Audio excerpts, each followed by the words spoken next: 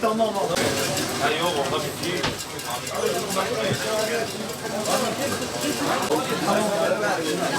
Yer düştü. Tamam mı?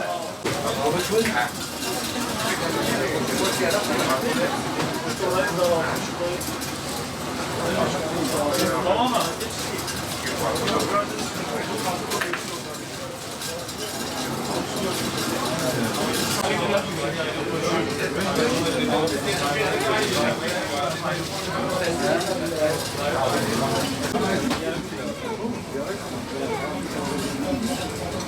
Haydi oğlum.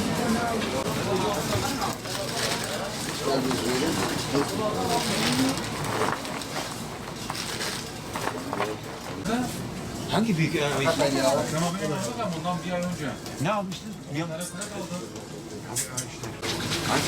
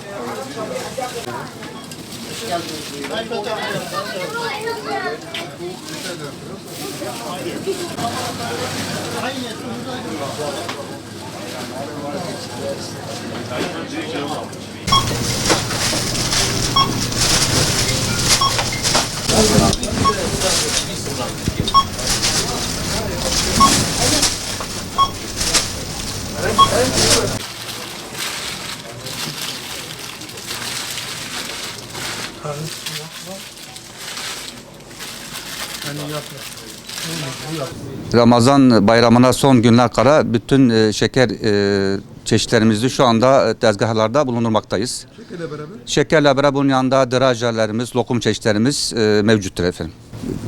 Şeker çeşitlerimiz saymakla bitmez. Çeşitlerimiz çoktur. Bunun yanında çikolata çeşitlerimiz zengin ve bol çeşidiyle bulunmaktayız. Onun yanında kent şekerlerimiz var. Lokum çeşitlerimiz, drajelerimiz, tüm çeşitlerimiz kaliteli bir şekilde tezgahlarda bulunmaktadır şu an.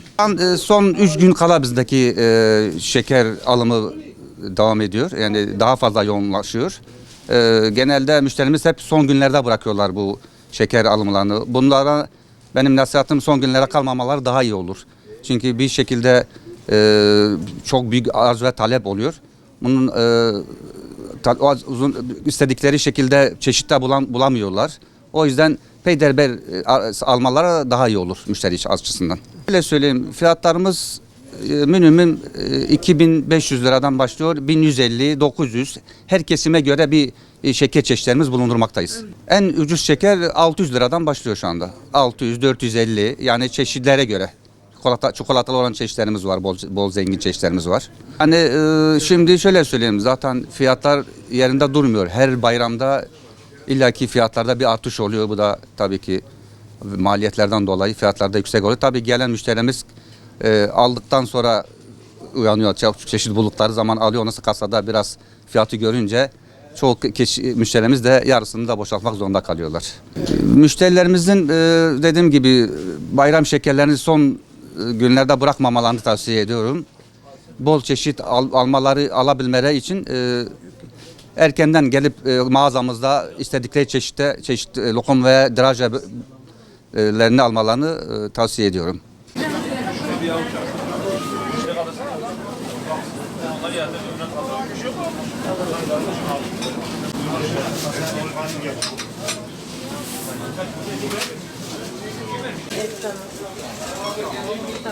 Hangi kanalda abi?